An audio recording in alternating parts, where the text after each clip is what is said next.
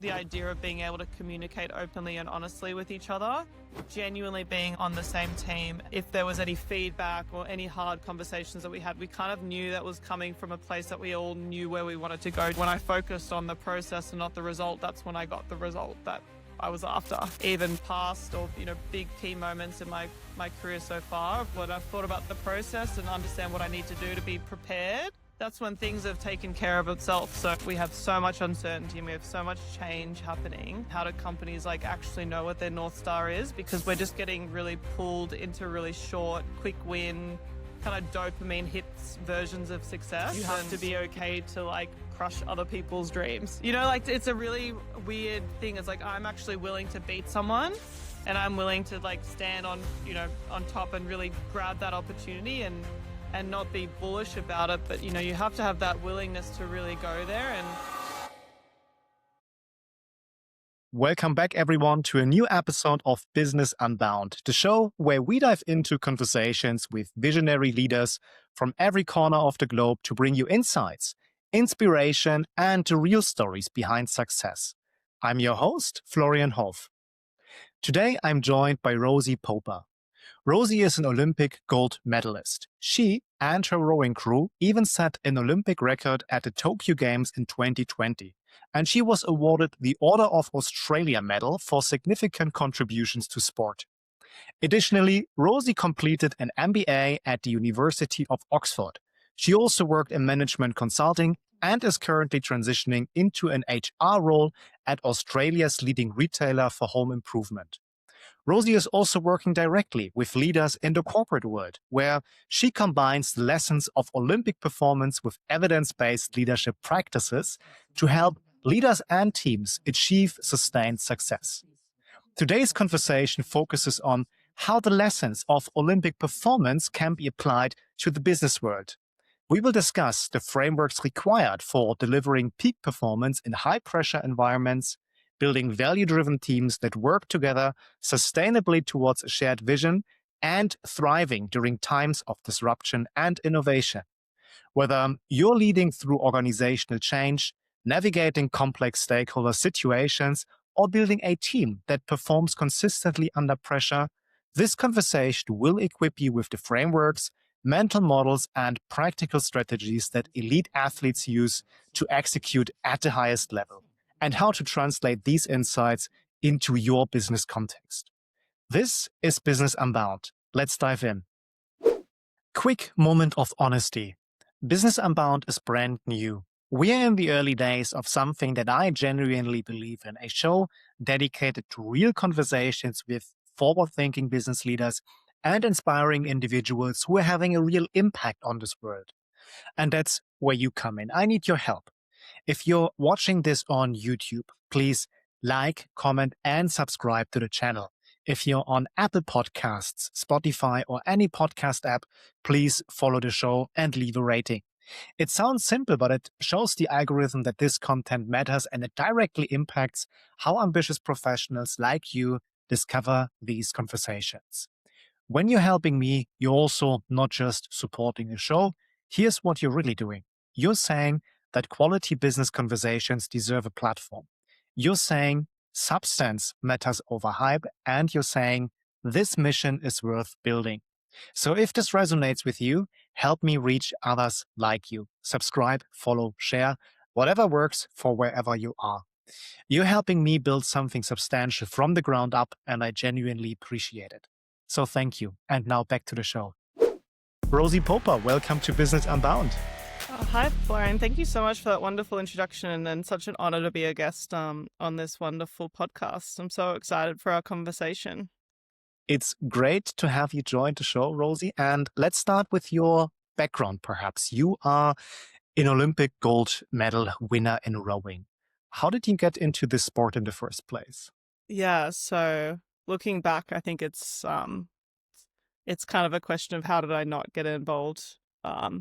But my parents actually were Olympic medalists as well. So they both competed in the 1984 Olympic Games and won a bronze medal there. Commonwealth Games champions, and my dad's a world champion in rowing as well. So they're both rowing coaches now. So it's definitely been something that was in my DNA right from the start. But Mhm. I think it's been an interesting journey. I think even kind of coming out of rowing and being retiring is like, how did we kind of navigate that as a family unit? Because I think the only reason why I was able to succeed in rowing was that we never kind of let the family like and rowing worlds collide, that it was also something that I did within that world and they were supporting me. It was nothing something that was ever put on me. So I came to rowing probably at the age of 14, and Uh-huh. then through that started in high school, and then worked my way into a club system here in Melbourne, Australia. And then from there developed to actually get a rowing scholarship at the University of California, Berkeley in the US. Uh-huh. My mum is actually American, so I actually rowed for Oh. the US while I was there during my tenure, and then came back and joined the Australian national team from there. So it sounds very, very linear, but I'm sure we'll get into a lot of the bumps on the way. But so to answer your question, it was definitely something that I have been around my whole life, but kind of came to it for the love of the sport rather than feeling obligated. Right. And it sounds like as if you're continuing a very proud family tradition in your case. Hmm. You mentioned a few bumps in the road, and I did some research as part of preparing for our conversation today. Something happened in 2016, I believe. This year didn't necessarily go the way that you have planned it. Can you take us back to this time? What happened in your rowing career? Yeah, so to take back to probably 2015, so I Hmm. came back to Australia after graduating from Cal, and then joined the national team, and was actually pre-selected into to the Australian team in 2015. Um, and that was a really kind of quite an intense experience, I think, to kind of be a leader within that crew straight away, and then came back for the 2016 season and actually suffered a series of rib fractures, which is an overuse injury for rowing. So as much as I tried, I actually couldn't get my body healthy enough to make it to the selection trials there. So I actually missed out on the Olympic Games in 2016, which was, I think, at the time the lowest that you feel like your life is crashing. But I had some wonderful mentorship of kind of, I think I used to kind of over index of what rowing meant to me. Hmm. And I took the year to actually take a step back from the rowing world and take a harder look at who am I outside of rowing. And this is something that I try to do now is, who are we without kind of that one thing that defines us? What is that person that really makes you you? So I came back after a year and really changed my mentality. And that's kind of something that, there's a lot of soul searching, but a lot of really big lessons learned, because I think sometimes when you miss out on something and then you recover from it, you kind of have nothing to lose, right? So it really made Right. me have such a big growth mindset, I think, going into that next phase when I did go for selection for the Tokyo Olympics. I'm sure we touch on this later in our conversation, but the lessons learned that you mentioned that helped Mm. you go back to sport, what were these? Yeah, I think that's a really good question. So I think I used to probably put too much pressure on myself because my parents were so well known in the rowing world. And it's something that I said that I really, really wanted. And so I think I kind of tried to almost cut corners to make it to the Olympics in 2016 too soon without actually developing what I needed to as a young athlete. And I Hmm. don't think that I was really patient enough to build those solid foundations that take mentally and physically to perform at the highest of levels. So I guess kind of having an overuse injury means that you're not doing something effectively, right? So I really had to go back and be really open and vulnerable with myself, as what actually came to that inflection point where my rib broke, during a training session, and it was going back to doing things too quickly and not fueling myself as a younger athlete and kind of rushing through processes, and that was something that I really tried to change Hmm. coming in, of the physiological thing. From the mental side of things, I think I used to look over my shoulder a lot of what I think I should be doing rather than what felt right for me at the right time. And then I think kind of underlying that, I had to really look at myself and ask why I was, training 6, 7 days a week for this thing. And I think I never actually did it for joy before, but it was probably something that I was good at. And I think I actually learnt to really, really love the challenge, which made me a lot more patient along the way. And I think really helped me set up, the challenges that came with the delayed Olympic Games in Tokyo in 2020. So I'm sure we'll go into that later. But those, I guess, would be like the mental side of things, the physical side of things, and then I think kind of like, the kind of spirit side of things where it's like, if you're doing something really hard, you have to really enjoy what you're doing and you have to be up for the challenge and kind of live with that freedom of the unknown, because things can go wrong in those really high stake environments. Right. And the path that you took, going back to rowing, and with this changed mindset and everything that you explained, it was obviously successful. In 2020, you and your team, you made it to the Olympics, and you not only won gold, you also set an Olympic record with your crew, which is, well, remarkable. Can you take us through what this experience was like? I mean, preparing for it, and then what it felt like to achieve this? Yeah, I mean, it all sounds very dramatic now, but I think when you're in it, it's like you're just doing what you think that you can do. So I guess going back to 2017 so I took a year off, and I actually did some traveling in South America, and I, worked on a lemon farm in the middle of Chile and just got away from the sport, which was actually super fun. And then came back and kind of drew a line in the sand of going, okay, what do I need to be doing differently to really change the result, being that, what I was doing before, if I keep doing the same thing, the definition of insanity is doing the same thing and expecting a different result. So I really had to look quite, I guess, critically and drop my ego of going, what are the things that are my strengths? What are the things that I really need to develop on, and that I can't just kind of over-index on my strengths, that I actually have to get the things that I need to improve of up to where my strengths are so that I can develop holistically. And there were a few things that I had to kind of really work on. And so I spent, because then I had a 4-year challenge of going, at the end of the day, it doesn't matter what you're doing in 2017, 2018, it's how you can prime your body and your mind to get there in 2020, which would end up being 2021 a year later. So I kind of really played the long game, and I thought, how do I build up things and not try to do step 5, 6, 7 before I've not done 1, 2, 3.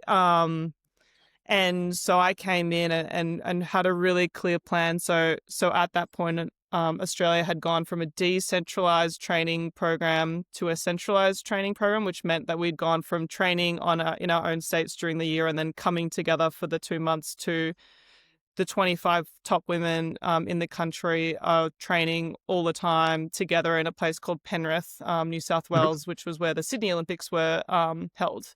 So it becomes your job, and we're completely self-sufficient up there, and we're funded and we're really supported. And I kind of came into a really amazing time during Rowing Australia where we didn't have to worry about anything else but the rowing. So I really understood what the resources that I had available to me. And also being in a really high pressure environment, I knew that there would be a lot of people and a lot of distractions of me kind of taking me away of what I needed to work on. So I kind of made a commitment to myself in 2017 that I'm going to be on my own team, and that I'm going to get rid of any negative self-talk or any negative distractions and just focus on, really being positive and brave to like support myself. And so, I came in and I was the worst in 2018. I really wasn't. I think that's maybe a bit dramatic, but I really wasn't in the top rotation of the women that were there.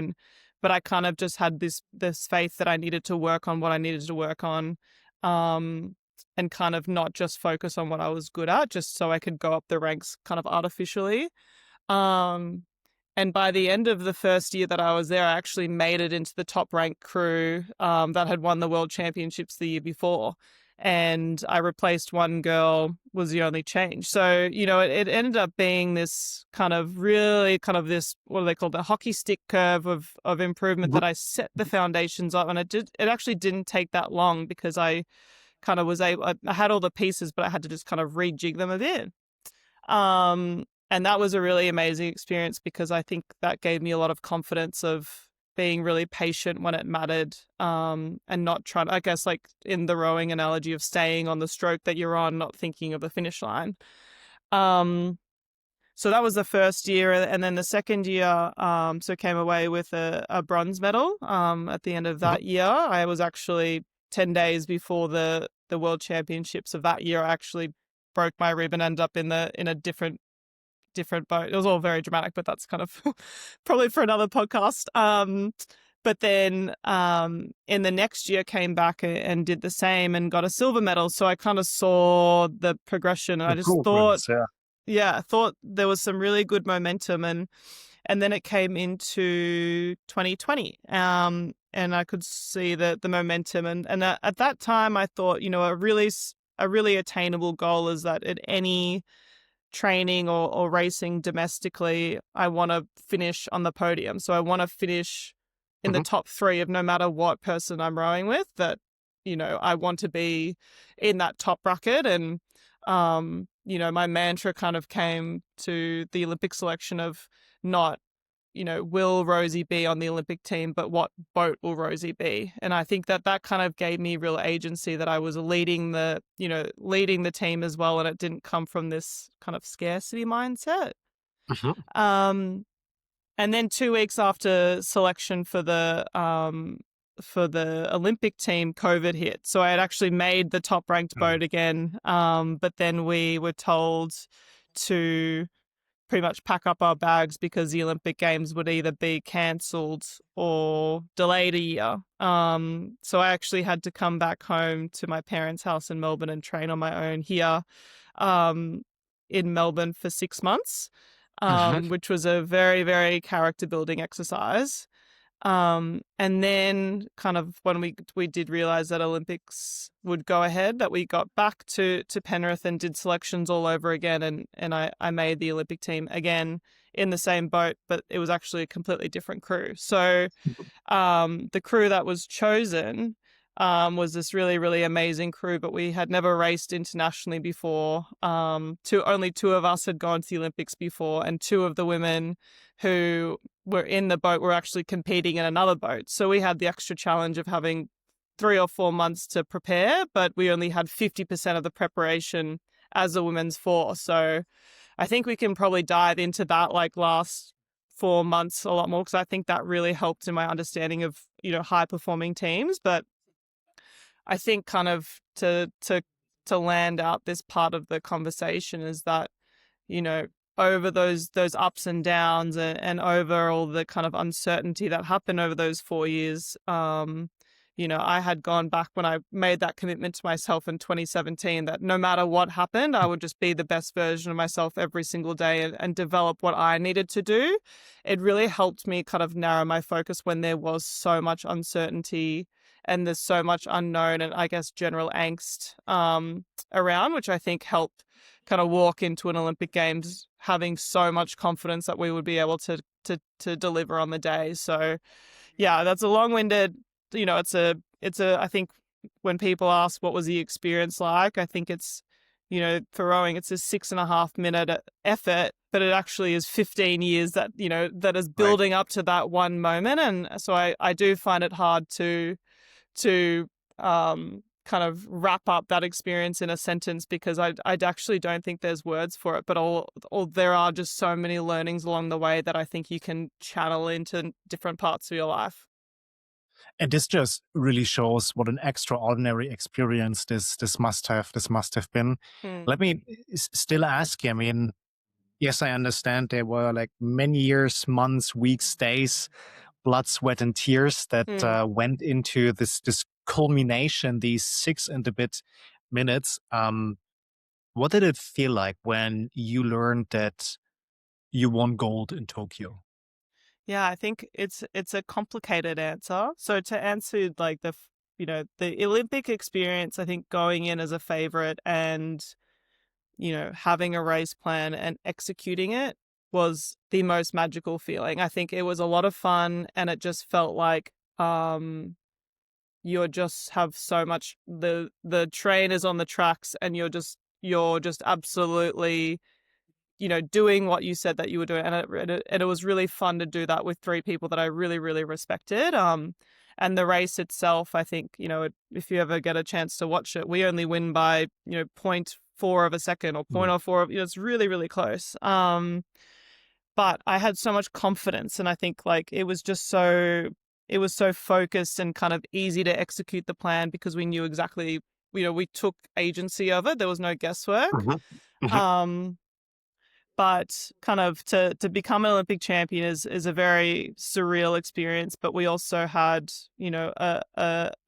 an Olympics that was COVID safe, where there were no crowds and there was no cheering and there was no like external like hype. It was a very like an eerily quiet experience. And I think, it really got me thinking after is like, what do you actually do it for? Like, what is the actual Olympic Games for? Because I think, you hear all the fanfare and you hear all the media deals and all this other stuff that happened, but that wasn't the reality of my Olympics. I had to sit in 2 weeks of hotel quarantine after the Olympics. We were shipped out, 2 days after, and then I came back to Melbourne and it was a 6-month lockdown here in Melbourne. So, I try to hold on to the fact that the actual experience itself was wonderful because we mastered our craft and we did exactly what we needed to do. And I think, I'm really passionate about like storytelling and stuff now because I think it's, I think a lot of the high performers, there's an external validation that does drive us. There is something that we do want, that validation, that reward, and I guess to achieve the ultimate and to largely feel unseen compared to other people in previous experiences has been such a unique experience. But I do think it actually on the other side has made me so much more aware of what drives me and what are the actual tangible frameworks and models that actually helped us get to success because I had time to think and process it over the last, 4 and a bit years. Right. And Rosie, just in terms of your background, before we take this more into a business context, can you just explain to our audience member how your transition from elite sport to the corporate world unfolded? I mean, you stopped rowing eventually. What was this transition like? Yeah, so I took athlete mental health and kind of I'm really interested in like big periods of change and that transition. I think sometimes we kind of close one door and just try to get on to the next one. And I think we don't kind of honor the experience that we have and really understand the lessons learned. So I had done a bit of work while I was rowing. So I did my sociology undergrad and then I did work as a mentor program coordinator during this as while I was rowing for disadvantaged young people. And then I also helped with an organization that was helping athletes transition from elite sport into the workplace from their mental health and career side of things. So I ran the mentoring program within that. So that was all kind of remote while I was an athlete as well. And then during the kind of 6-month lockdown, after Tokyo, I just had nothing to do. I was hanging out with my parents' house and had started doing some guest speaking and keynote speaking just virtually, but was asked to kind of do an internship for this AI consulting firm. So I actually just kind of started being an analyst at this, this AI consulting firm and learned lots there and kept really open-minded. And then I liked the idea of consulting and I liked the problem solving and the people side of things of business. So in March of 2022, I actually joined 𝐘𝐶𝐚𝐭 in management consulting. So I was in the people and culture team there and I really kind of fell into change management, behavioral change management and kind of organizational development and a bit of org design as well. And I just kind of became fascinated with,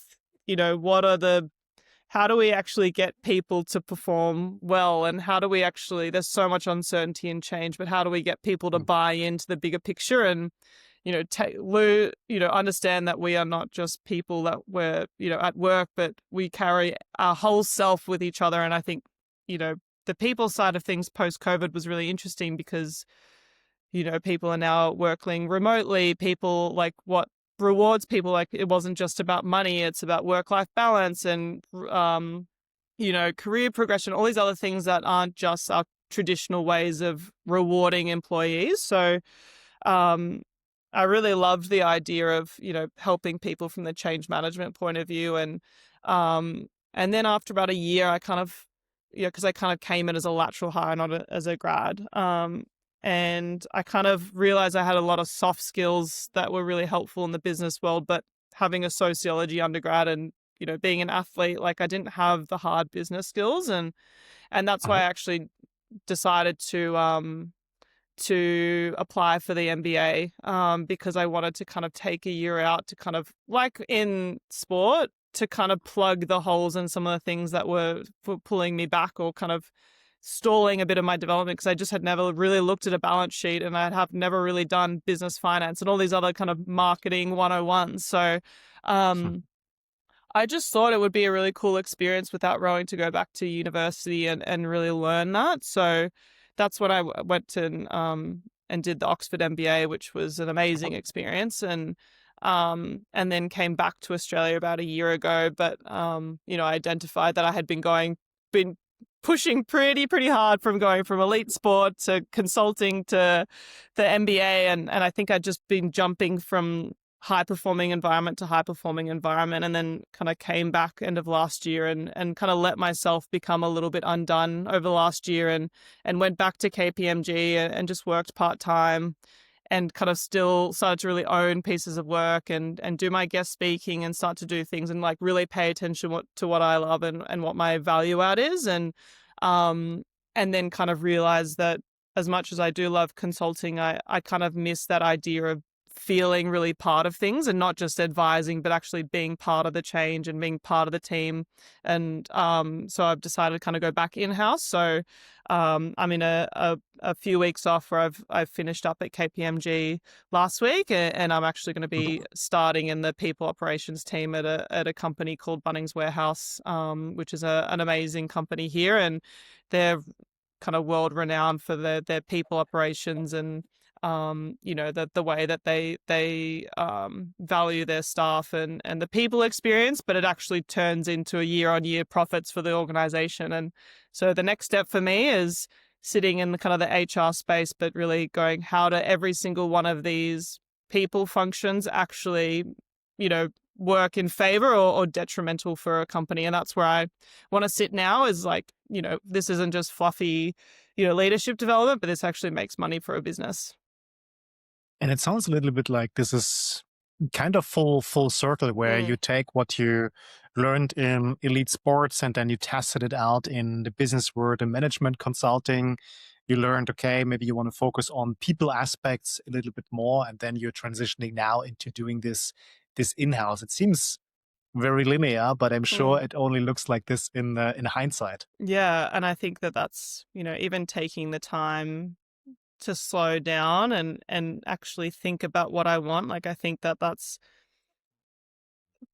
without reflection and kind of understanding your why, I think we can kind of get really caught up in the noise. And I think that this is in terms of in the business world, like, we have so much uncertainty and we have so much change happening.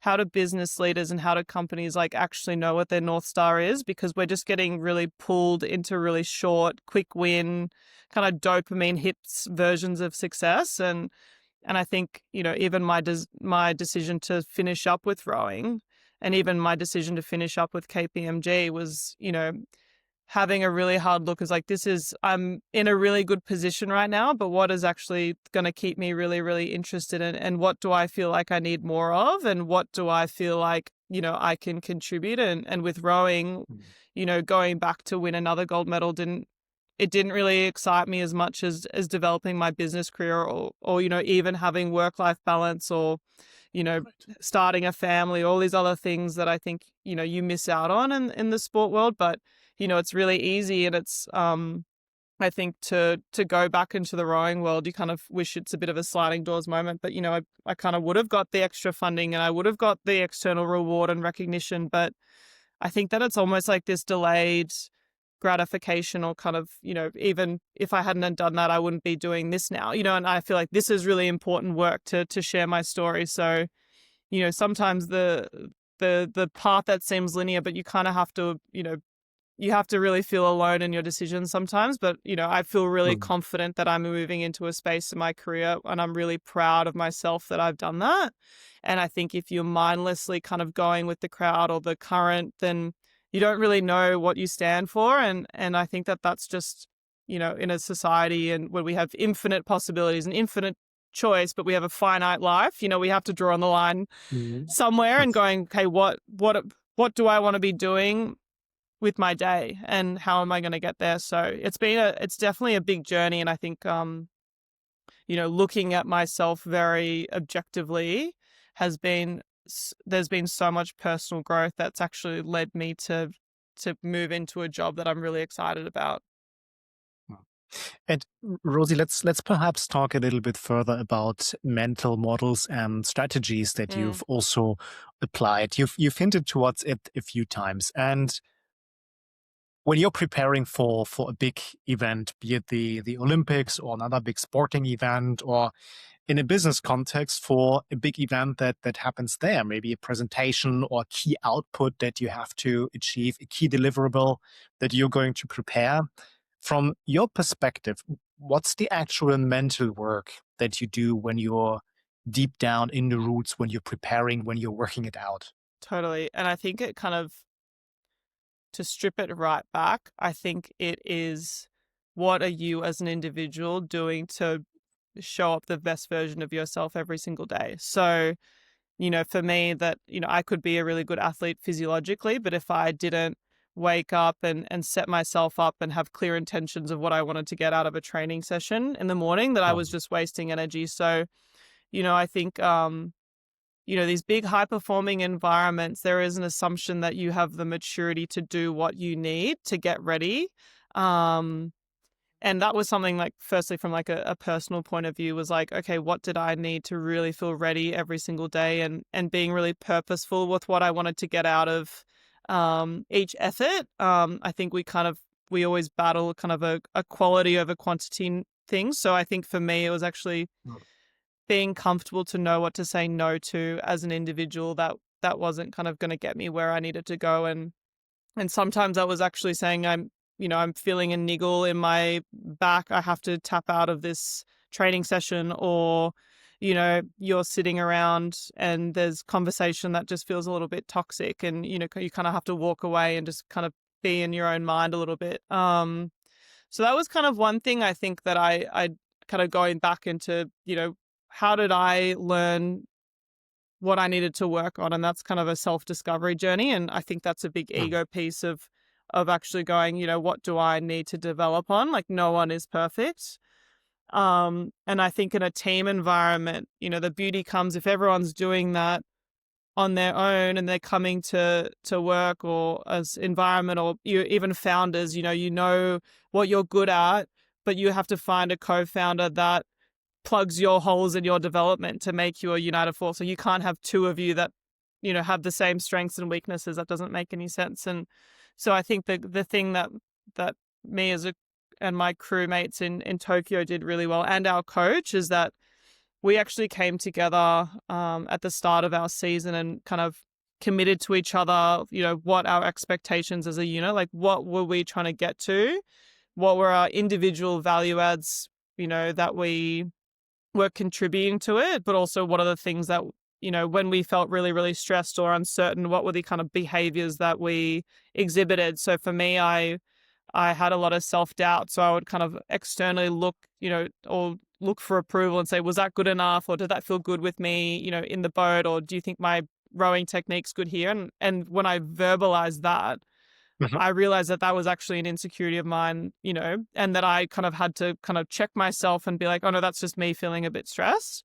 Um, but I think the biggest thing for us was like the idea of being able to communicate openly and honestly with each other, and being on, like, genuinely being on the same team. And, if there was any feedback or any hard conversations that we had, we kind of knew that was coming from a place that we all knew where we wanted to go to. Like, if someone said something, constructive criticism to me, I didn't take it personally because I knew that we were just doing it to try to win a gold medal.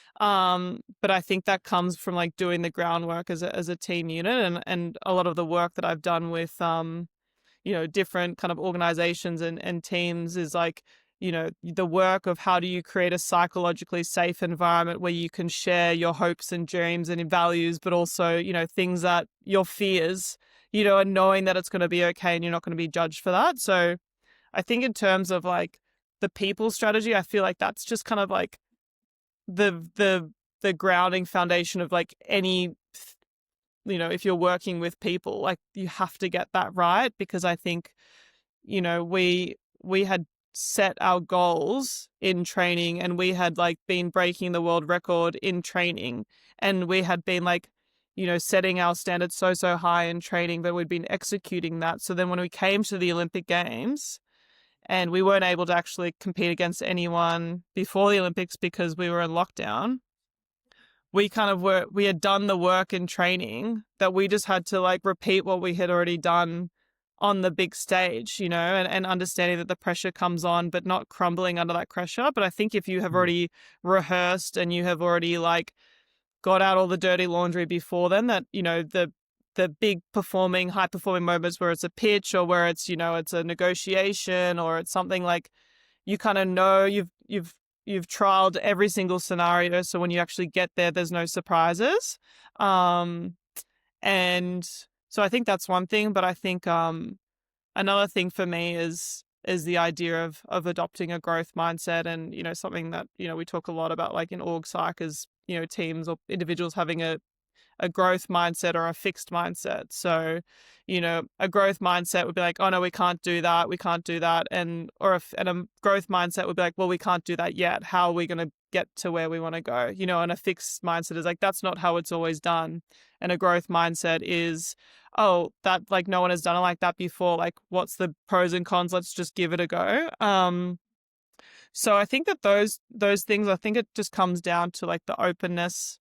And then I think, to kind of to cap that off as a third thing is, when you've done the work and you've really kind of rehearsed everything, you kind of know really, really what you're good at. And then if you have the growth mindset, you have that like malleability of your mind to like know what you're good at, but you have the bandwidth to try new things because you know that like the foundations are stable. And that is something that I actually learned in Oxford. It was called this explore continuum. So especially in like innovation strategy was the name of the course of, we've got so much innovation happening. So something that works now literally won't work in a few years' time because it hasn't been invented yet. But how do you create teams that know what they're working, they kind of know what their operational excellence is, but they have that fresh thinking and that capacity to grow and learn into it. And I think kind of putting those three things together makes like a Teflon strength, high performing team. Oh, and having fun. You have to enjoy it. Have to enjoy what you're doing. It's one of the most important aspects, Totally. isn't it? I think sometimes people think that the really, really big moments are really, really hard, but if you've done the work, it feels really, really easy, and it feels like, it just feels effortless and frictionless, but you have to do the hard work early. Right. I like this this quote. I don't know where it comes from. It goes like, I'm probably gonna mess this up. It doesn't get easier, but you get stronger. And Yeah. this is a mindset that I sometimes adopt. The challenge will always be the challenge. It will always be the same hard. But if you develop as an individual and you develop as a team, if you approach that challenge, you will have it a little bit easier than when you don't prepare properly for it. Yeah. And my kind of, to throw another quote back here, I don't know who it's from, but I heard it and I think it's great, is to simplify and then add lightness, like doing all the work and kind of doing the crunchy thinking first and then distill it down. So, for example, at Tokyo, there was one girl that sat behind me that she actually was like the coach in the boat, that she was making all the calls and when we had to push and where the competitors were. And we had worked really hard during the season of like, because your heart rate's really high. So there's only a few words. So we, sat for weeks about what were the right calls at the right time that she would make. And did that actually get the message? So we had like all these really like kind of big plans and you come into a rowing race with a race plan, and then you respond based on how other people are going. But we actually worked really, really hard of like, okay, when Lucy says this at this time, when she says, flow, what does flow actually mean to us? And we would go, have these endless conversations of what flow meant, or, and we would try it out. And then we got to a point where we kind of knew, but, it was only 5 or 6 words in a 6.5-minute race, but we knew exactly what it is. So it's like we came down with this really big, meaty challenge, and then we simplified it down, and then we added lightness to it, and we added life to it. And I think that was kind of our secret to success, because we kind of were so on the same page of all these really, to kind of go into the Olympic Games as someone who had never been before, had missed out on, and had so much pressure on us that, the Australian rowing team would have funding or not based on our result. And to go in and be like, I know, when Lucy says this, I'm going to do that. I'm going to completely trust her. And, you kind of just add so much lightness to it. And I think it helps it helps give this like life to really high stake environments that can like really, really make you freeze, and instead like helping you really step into the challenge.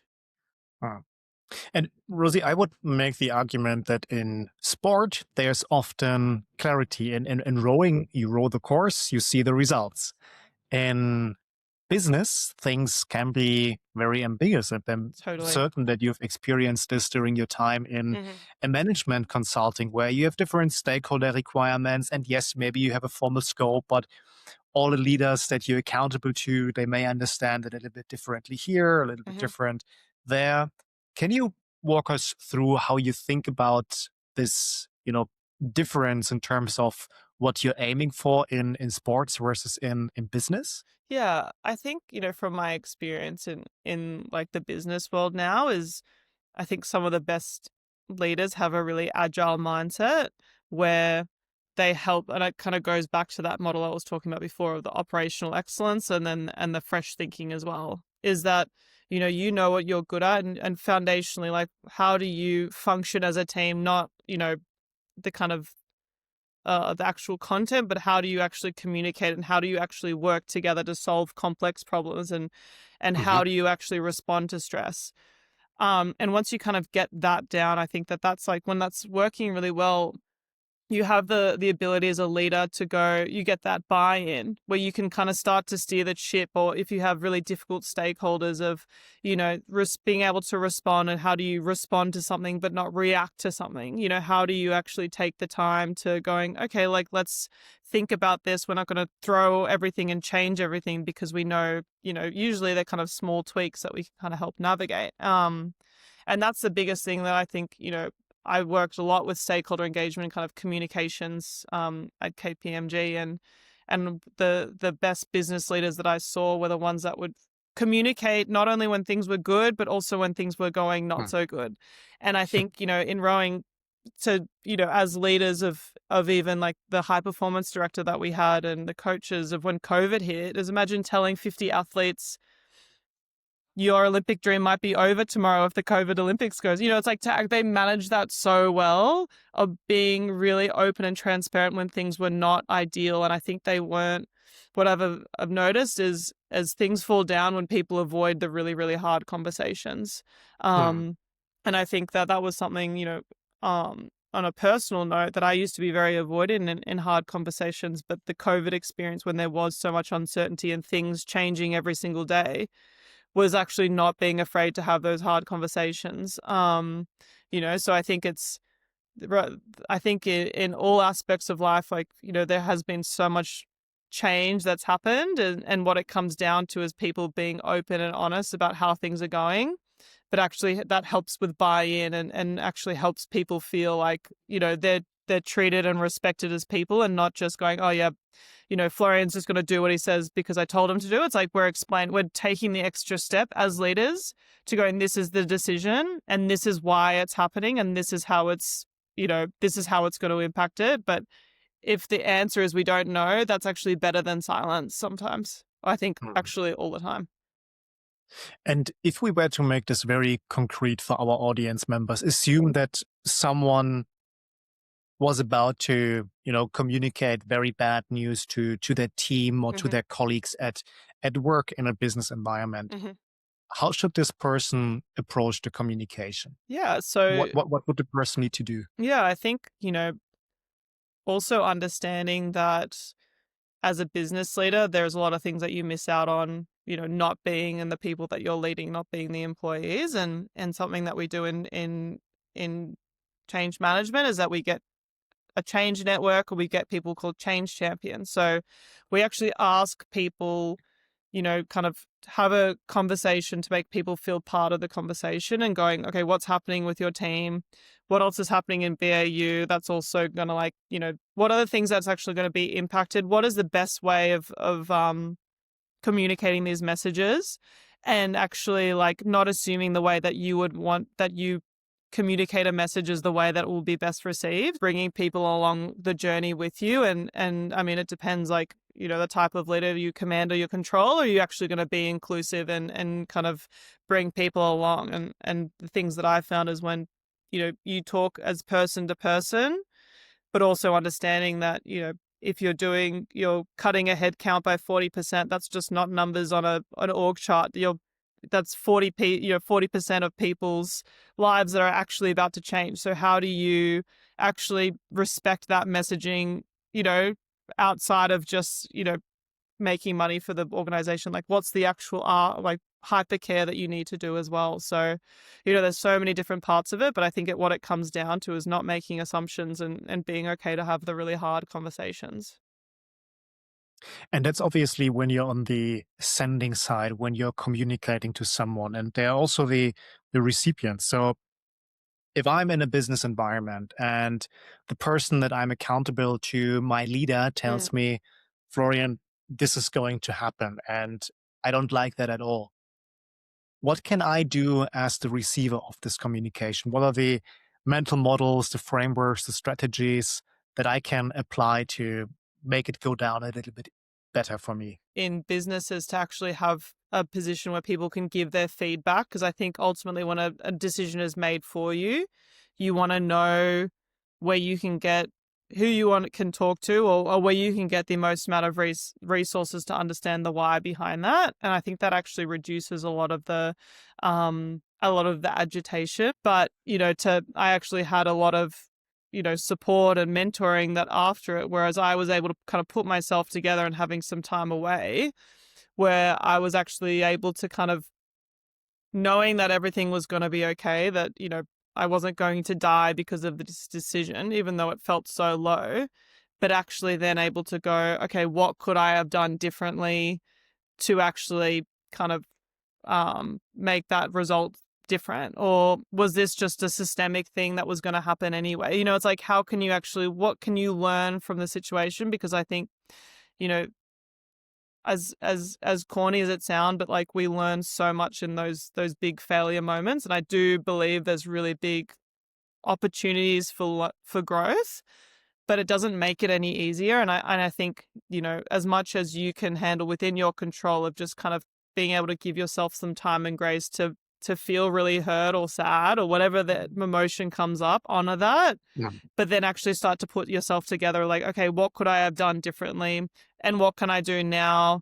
Not in a spiteful way, but within my control to kind of, is that more education? Is that changing careers? Is that, not putting myself in such a volatile employee environment where I can just get fired, So it's, I think it's kind of two-way, but I think it is just kind of honoring the emotion and honoring the humanness of business, because I think that we can, in the startup world, it's, fail fast and break things and stuff like that. But I think Mhm.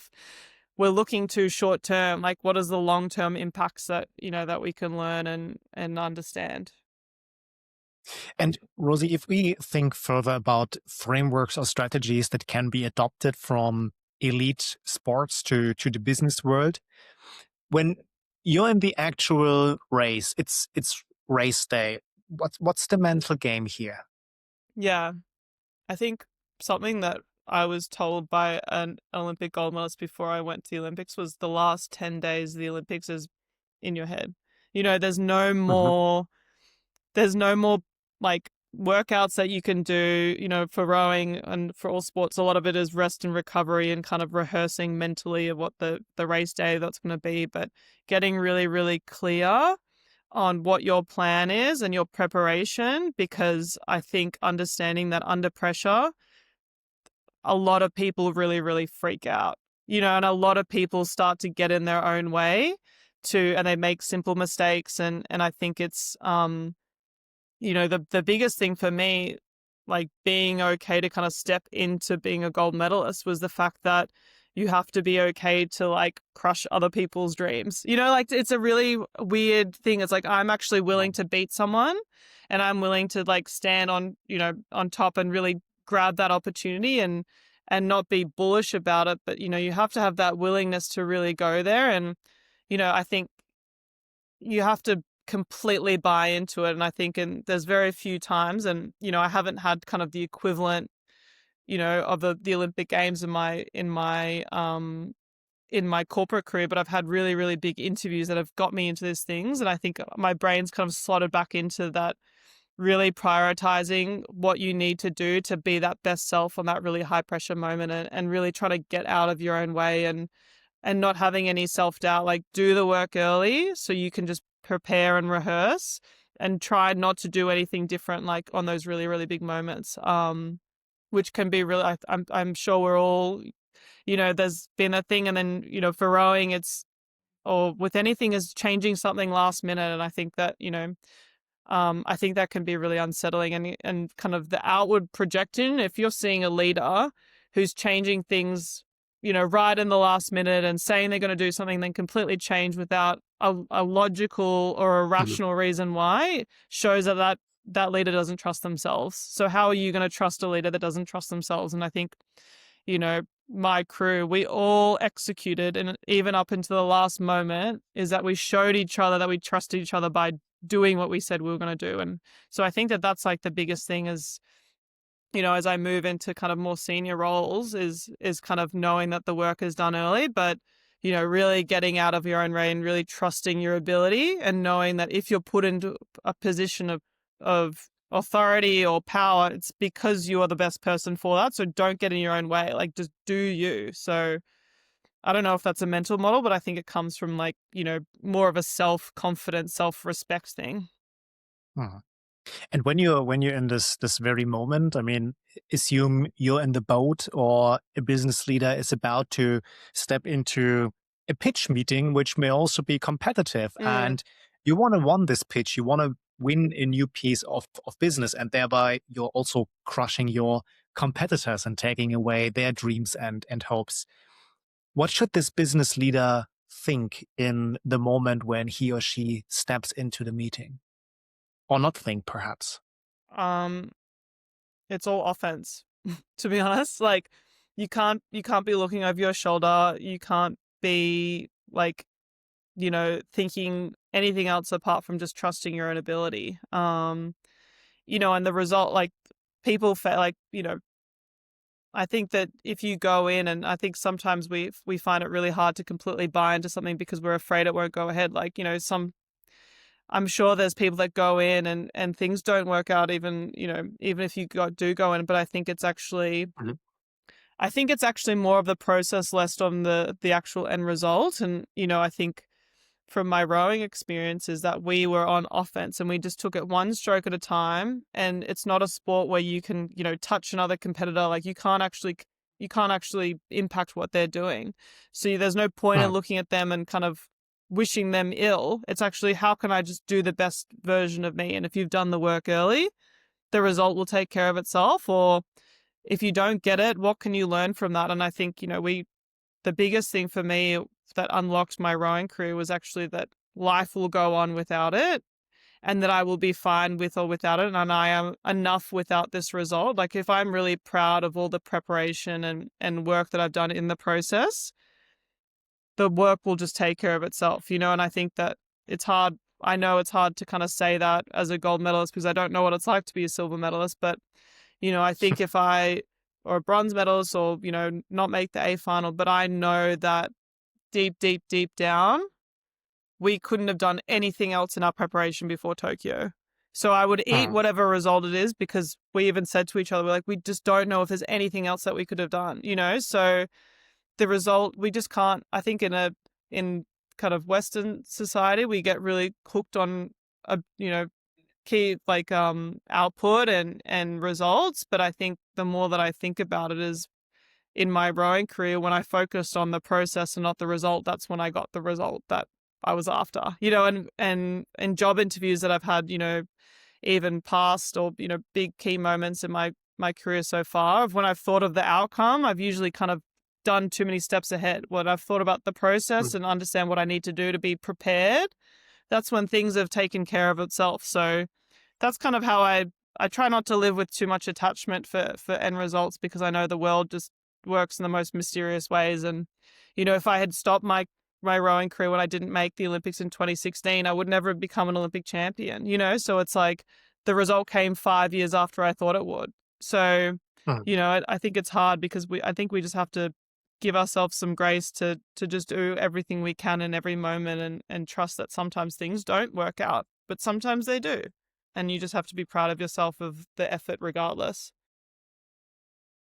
When I think about myself and what I do before a big business moment, like for example, when I'm about to give a speech or a big presentation, um, I also do the preparation, like similar to what you explained. I rehearse at least a few times, not necessarily the entire script, but at least the opening and the introduction and the key moments of the presentation to help me gain additional confidence on top of the confidence that I already have. And before the immediate moment of the presentation, I like to get a little bit physical at least. And I'm wondering, do you have hacks that you apply that could be useful for our audience members? Yeah. I mean, for me, I'm the same as you, that I write a lot of stuff down. I journal a lot. I kind of get my hopes, fears, everything out. I don't leave anything in. And then once I have it on the table, I kind of clear out what's no longer useful. What are the key things that I'm good at? What are the things that I'm messaging? What am I passionate about? I mean, it's boring and it's thing, Mhm. but it gives you the confidence that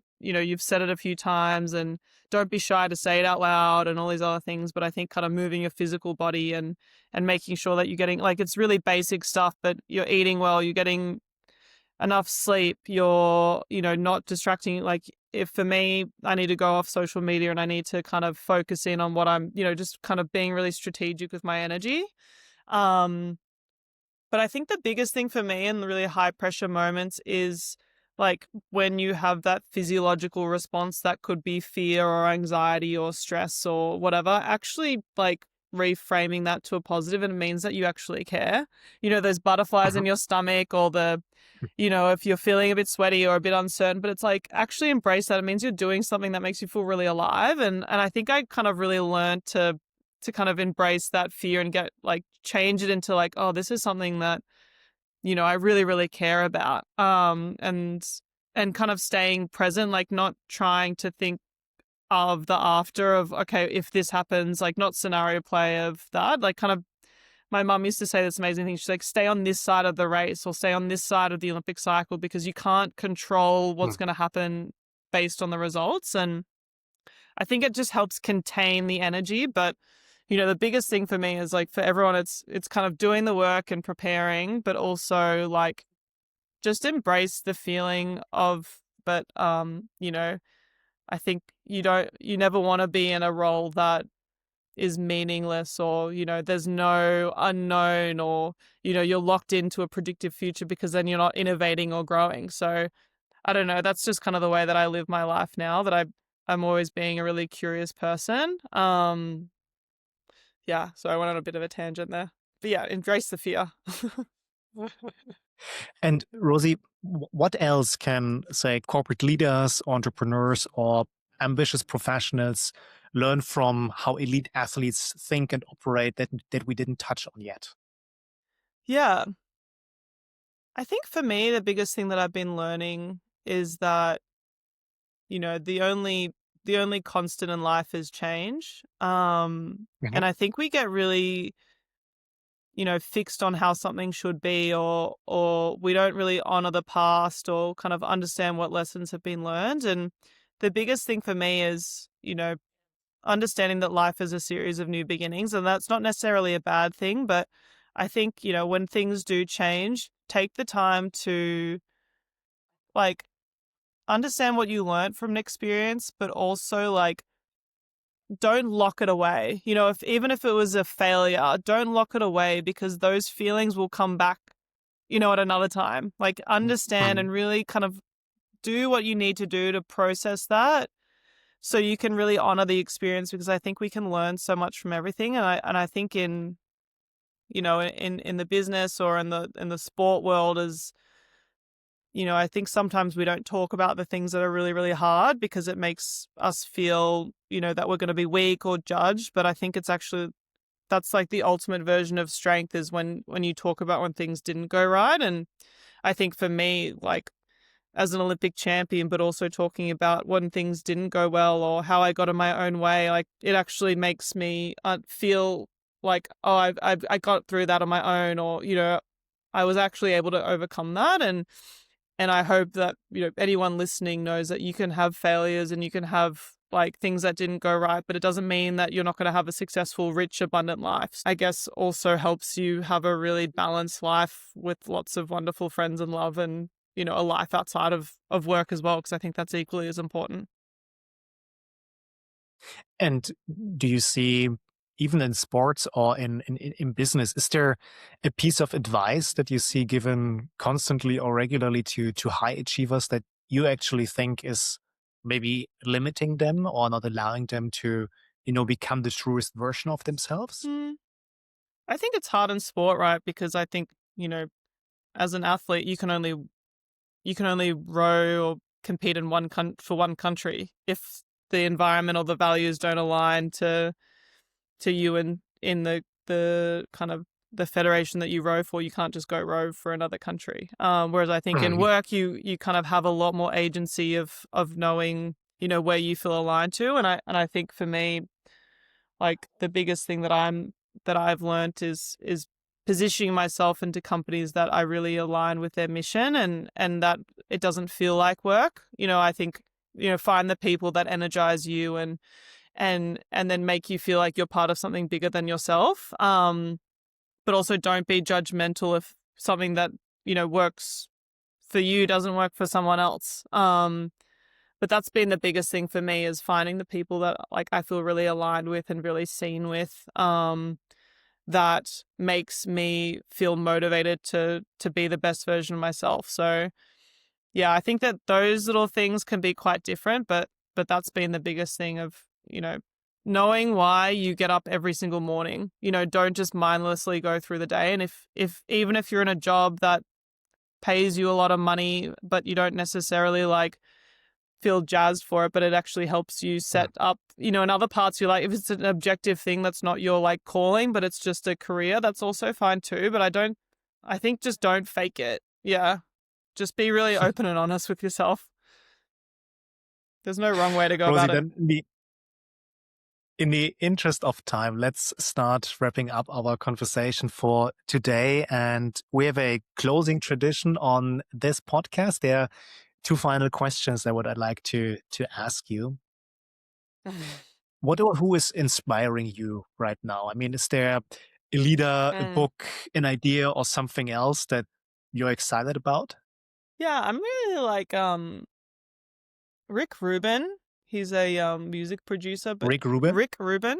He does this amazing book called The Creative Act. But he is amazing, and so much of it is kind of like understand what I don't even can't even put into words, but it's kind of like a mixture of work and philosophy and just kind of living your life in a certain way. But I think for me, it's just, what is the next level down of what you do, anything, and why. And Rick Rubin, even though he's a music producer, but he's never doesn't even know how to play an instrument, but he just knows how to get he knows how to get talent to get the best out of themselves and to love what they do. And he has a very special gift. So yeah, I'm really, really inspired by him, because I think that, he's done a lot of music producing, but now he's kind of moving into philosophy and kind of the true work, which I find really, really interesting. It's a really cool book, and he's just fascinating. I put this in the Yeah. description. Thank you. And if listeners remember just one thing from our conversation, I mean, one insight, one way of thinking differently, or one action that they can take immediately, what would you want that to be? I think the biggest thing that's helped me in my life as a person, as an athlete, and in my professional career is like, what do I need to do to always be on my side? And I know I've said that a few times, but what that means to me is like, how can your internal dialogue be like your biggest champion for yourself? And what do you individually need to do to kind of set yourself up and not get in your own way? And the only way I view that is like just be on your own side and be on your own team. And I hope that, no matter what, that like understanding that that's not just in the good times, but also in the really, really hard times, that you can, even if things are not going well, like how can you still be incredibly kind to yourself? Because I think, we look at high performance in this like kind of brutalist, almost suffering way in sport, or, like you're working 100-hour weeks, but I genuinely do think that you can get really good outcomes from coming from a place of kindness and compassion. And it sounds kind of very woo-woo, but like, I think it actually just is so, so powerful because life is too short to kind of be self-deprecating or be really, really, I guess, hard on yourself. But I think also being on your own side means pulling yourself up and knowing what you need to work on. It's not just the positive stuff. It's being really, really open and honest with, some of the things that you need to work on. So hopefully that resonates a little bit. That's very powerful. Thanks. Well, Rosie, then thank you very much for your time. That's much appreciated. worries. And thank you for this No conversation. worries. Thank you, Florian. And what a wonderful hour. I really appreciate it. And I hope everyone listening has got something out of it today. Thank you. Thanks. Before we wrap up, let me highlight what I believe are the key insights from this conversation with Rosie. First, let's consider peak performance under pressure. Rosie's insight here is about how elite athletes prepare their minds, not just their bodies.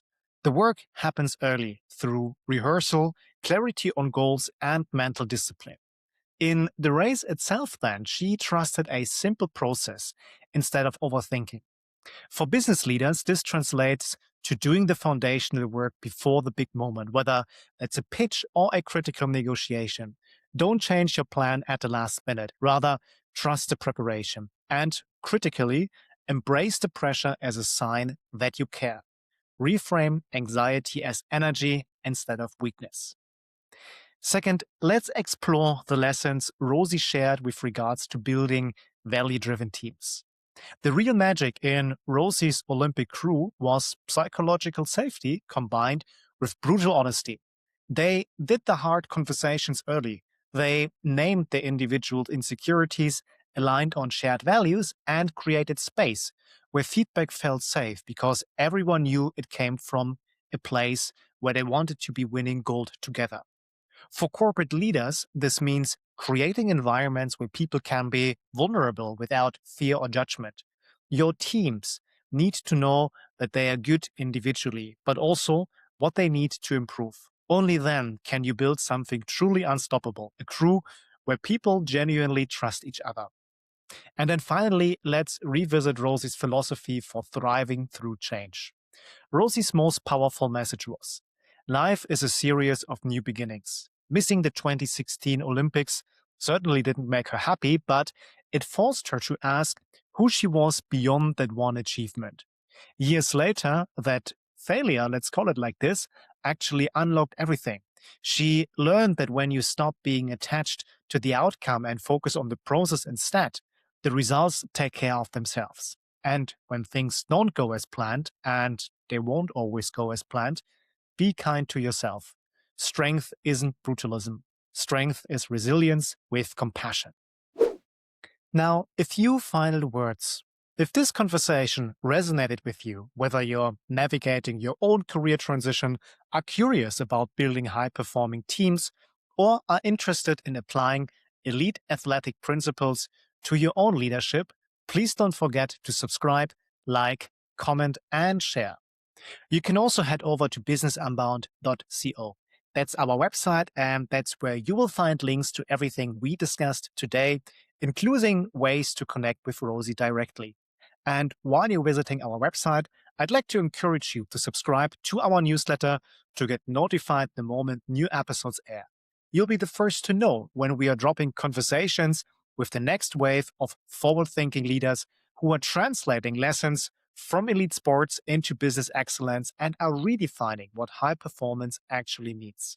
Now, thanks for listening. This was Business Unbound for today, and until next time.